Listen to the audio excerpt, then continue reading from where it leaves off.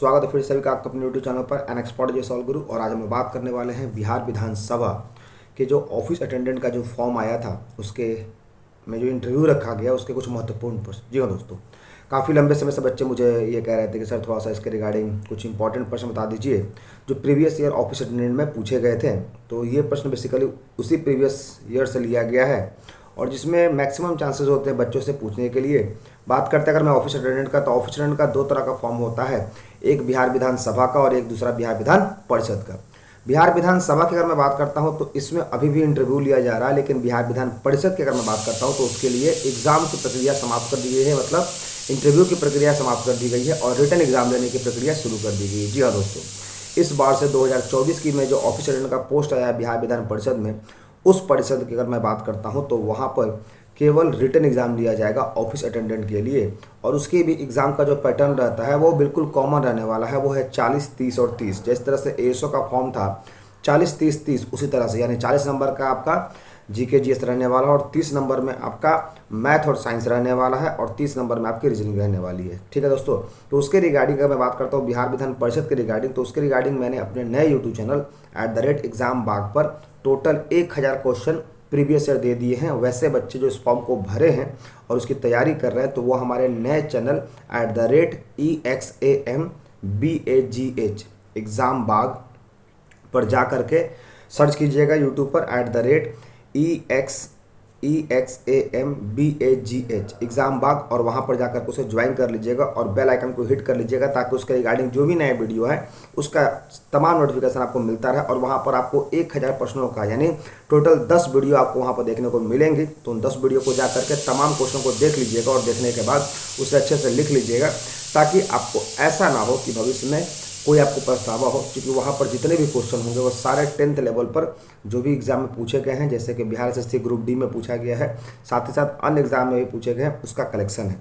और क्वेश्चन का लेवल काफ़ी वहाँ बढ़िया है, इसलिए आप जाकर उसे ज्वाइन कर लीजिएगा और तमाम 10 वीडियो को देख करके अपने कॉपी में नोट डाउन कर लीजिएगा। ठीक है, ये तो रही बात आपकी बिहार विधान परिषद ऑफिस अटेंडेंट का जो इस बार आप लोग का एग्ज़ाम लेने जा रहा है। लेकिन क्या होगा बिहार विधानसभा का, तो बिहार विधानसभा का भी डेट बहुत जल्द आप लोगों को देखने को मिलेगा। लेकिन इसके रिगार्डिंग जो आपका इंटरव्यू का क्वेश्चन है 4-5 पॉइंट्स मैं बोलूँगा, यानी 4-5 क्वेश्चन मैं लेकर आया हूँ आपके लिए जो कि काफ़ी इंपॉर्टेंट क्वेश्चन है और इम्पॉर्टेंट पॉइंट भी है जो कि अक्सर एग्जामिनर पूछता है। सबसे पहले तो आपके बारे में आपकी क्वालिफिकेशन पूछता है, यानी व्हाट्स योर नेम, या फिर अपने बारे में कुछ बताइए।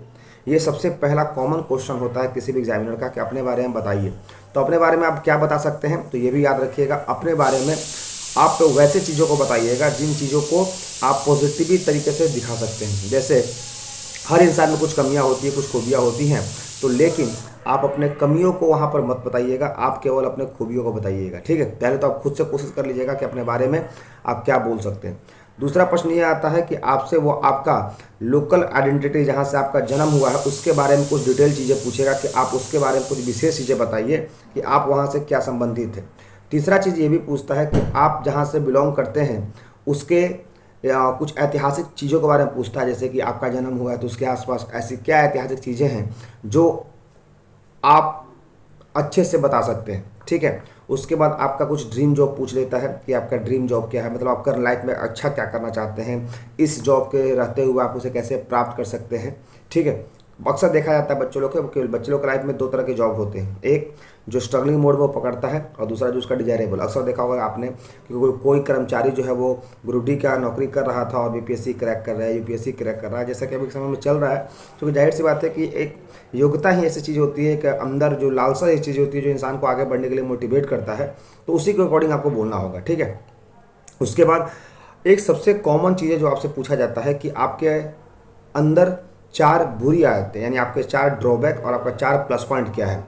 तो प्लस पॉइंट और ड्रॉबैक ऐसा बोलिएगा जो न्यूट्रल हो, यानी आपका ड्रॉबैक कभी भी आपका प्लस पॉइंट पर हावी ना हो पाए, ये चीज़ें भी आप ध्यान रखिएगा। और आज का आखिरी सवाल, मतलब आखिरी जो प्रश्न होगा जो मैं आपसे बताने जा रहा हूँ, तो आखिरी प्रश्न में आप ये भी रखिएगा कि आपका इस जॉब से क्या मतलब, तो आपको मैं इस जॉब के लिए क्यों रखूँ अगर हमारे पास आपसे ज़्यादा योग्यता वाले बच्चे यहाँ पर आ रहे हैं। तो ये 5 प्रश्न आपको जो है बेसिकली आपके लिए मैं लेकर आया हूँ जो पिछले एग्जाम में पूछे गए थे और बच्चों ने उसका जवाब दिया था इसके रिगार्डिंग, और फाइनली वो सिलेक्टेड है। मैंने बताया भी था आप लोग को आज से 6-7 महीने पहले जब उनका रिजल्ट आया था। तो आप लोग इन 5 प्रश्नों पर अपना जवाब लिख कर रखिएगा।